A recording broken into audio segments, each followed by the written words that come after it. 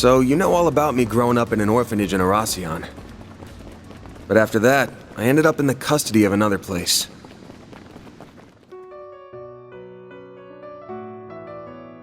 A lot happened after that, to say the least, both good and bad. Then things changed again when I was 14, and I ended up somewhere else. That was when someone suggested I take the entrance exam for Aramis. And that was where we met again for the first time in 7 years.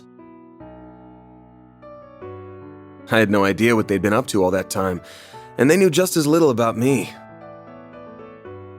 They're just some people you can't get away from, though, I guess.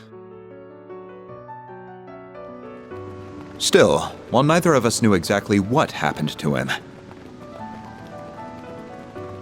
we could tell something had. We didn't try to push the matter. Instead, we rejoiced in our reunion and rekindled our old bonds. Much happened during our time together, including the school festival in late April and the student council president election. And through it all, we quickly went back to being as close as we were before. When I became student council president, the two of them even helped me with my work. Still, not everything could be the same as it was in the old days. It didn't take long for Van and Elaine to realize their attraction to one another. And during late autumn, the two of them confessed to each other and started dating. Having suspected how they felt towards one another since our childhood, the only surprise for me was that it took so long. Still, while it made me happy to see the two of them come together, I couldn't help but feel a little lonely to see them pair off without me. Did I have feelings for her? No, not at all. I had a girlfriend of my own at the time, and all in all, I was quite satisfied with my personal life.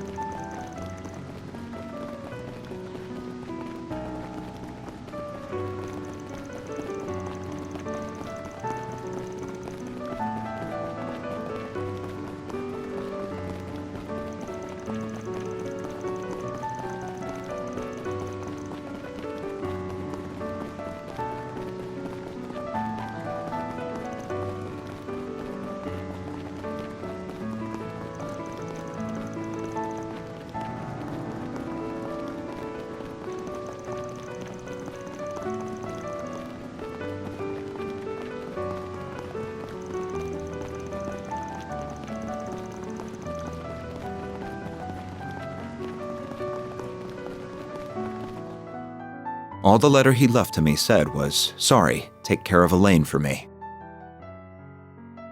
While the one he left for Elaine contained a clumsily written apology.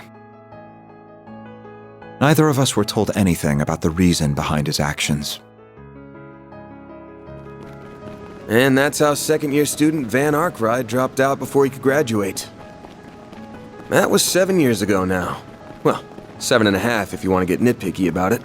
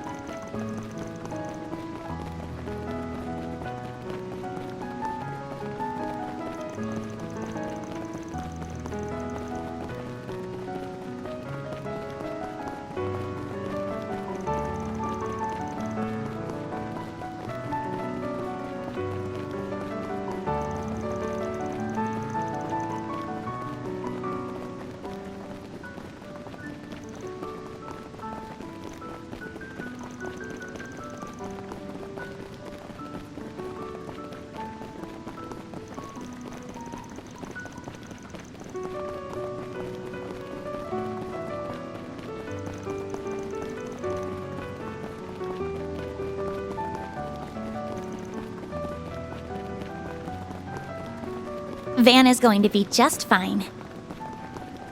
Oh? I believe the reason he said what he did this morning is the opposite. Because he's facing us head on. He's not trying to change the subject or gloss over how he's feeling. He's giving us a clear sign that something's wrong. We all know how he is.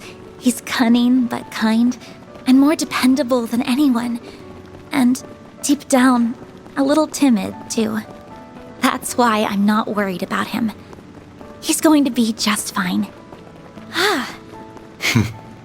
You have been doing a fine job as the chief of Arkwright Solutions. It seems to come to you naturally, too, as does your consideration for all of us. Yeah, I've always been good at looking out for others. I mean, look at how understanding you've been of my situation. I don't think Elaine and Kincaid are going to be satisfied with that explanation. Or the others in the office, for that matter. I believe the time will eventually come for you to stop running and face everyone.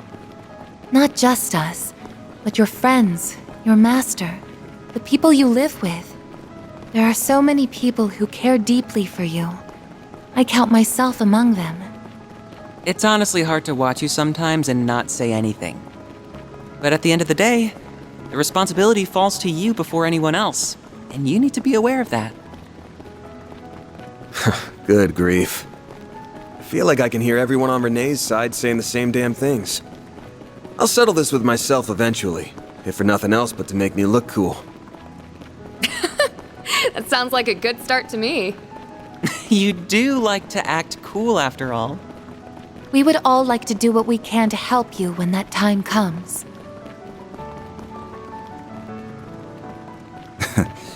Perhaps he's finally losing his touch. Or more like it's time for him to finally pay the piper. Damn, he's fighting a losing battle if even a schoolgirl can see through his act now. Feels like he's putting a pointlessly long abeyance on the inevitable while he tries to find himself to me, if I'm being real with you. I could see the finding himself angle, yeah. No idea what an abeyance is, though. I'm not sure it's quite that simple. Still, I believe in him. I know he'll stop averting his eyes one day. Not from us so much as from himself. And yes! Listen to this girl. It's that kind of straightforward honesty that has the greatest effect on him, I think. Perhaps if I'd been able to say the same to him 7 years ago. No. There's no use in dwelling on the past.